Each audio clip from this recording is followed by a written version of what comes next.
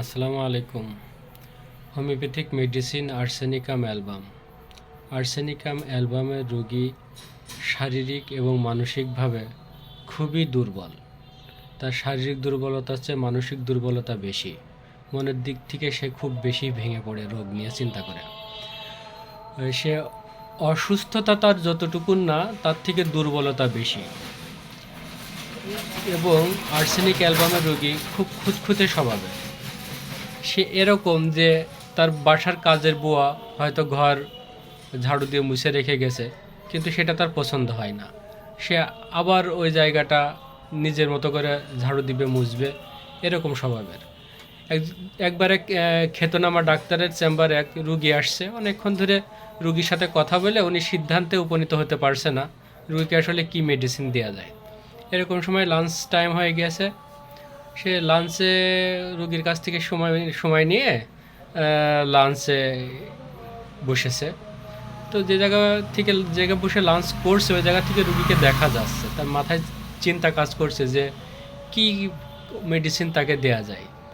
এরকম সময় দেখে যে রুগী যেখানে বসেছিল ওইখান থেকে উঠে ওনার সামনে একটা ক্যালেন্ডার ছিল ওয়ালে, যেটা একটু বাঁকা হয়েছিল।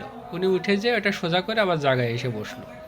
কিন্তু এই লক্ষণের উপরে ভিত্তি করে ডাক্তার সিলেকশন করে ফেললো যে রোগীকে আসলে কী মেডিসিন দেওয়া যায়। অথচ অনেকক্ষণ কথা বলেও সিদ্ধান্তে উপনীত হতে পারছিল না।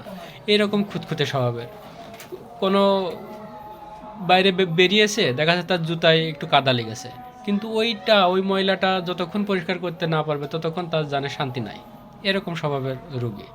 তার বেশিরভাগ রোগে তার জ্বালা থাকে, কিন্তু সেই জ্বালা আবার গরম সেকে উপশম। শুধুমাত্র মাথা ব্যথায় ঠান্ডা সেকে আরাম পায়।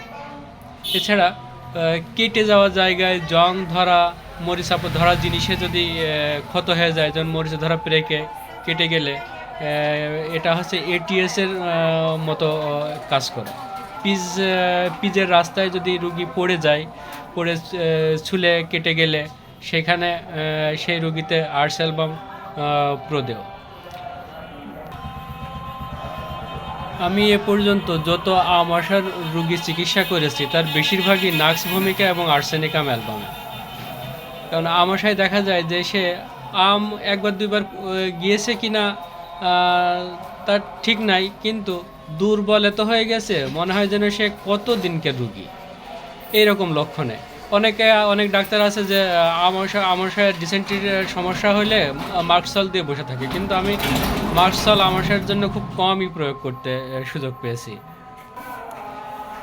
ফ্রিজের ঠান্ডা খাবার, ফলমূল বা জুস জাতীয় খাবার খেয়ে যদি রুগী অসুস্থ হয়, তাহলে সেখানে আর্সেনিকাম অ্যালবাম মেডিসিনটি প্রয়োগ করা যুক্তি সমীচীন।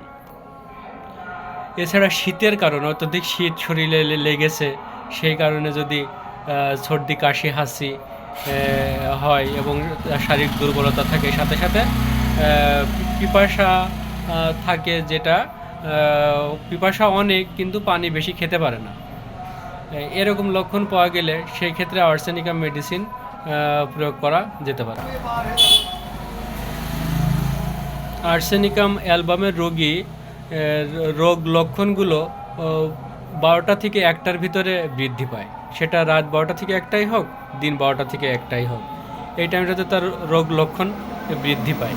এই বৃদ্ধি টাইমে ওষুধ প্রয়োগ থেকে বিরত থাকা উত্তম। তো এই লক্ষণ ধরে যদি মেডিসিন প্রয়োগ করা যায় তাহলে সেখানে আলহামদুলিল্লাহ খুব ভালো ফল পাওয়া যায়। রোগীর শরীরে রোগ যাই হোক, যদি জ্বালা থাকে, সে জ্বালা যদি গরমে উপশম হয়, মাথা ব্যথা ঠান্ডায় উপশম। এছাড়া যদি 12টা থেকে 1টায় রোগের বৃদ্ধি হয়, সেটা দিন 12টা 1টা হোক আর রাত 12টা 1টা হোক, এবং পিপাসা প্রচণ্ড, সে অল্প অল্প পানি খায়, এরকম লক্ষণ হলে রোগ যাই হোক না কেন আর্সেনিকাম অ্যালবাম প্রয়োগে নির্ভরযোগ্য ফল পাওয়া যায়। ধন্যবাদ সবাইকে।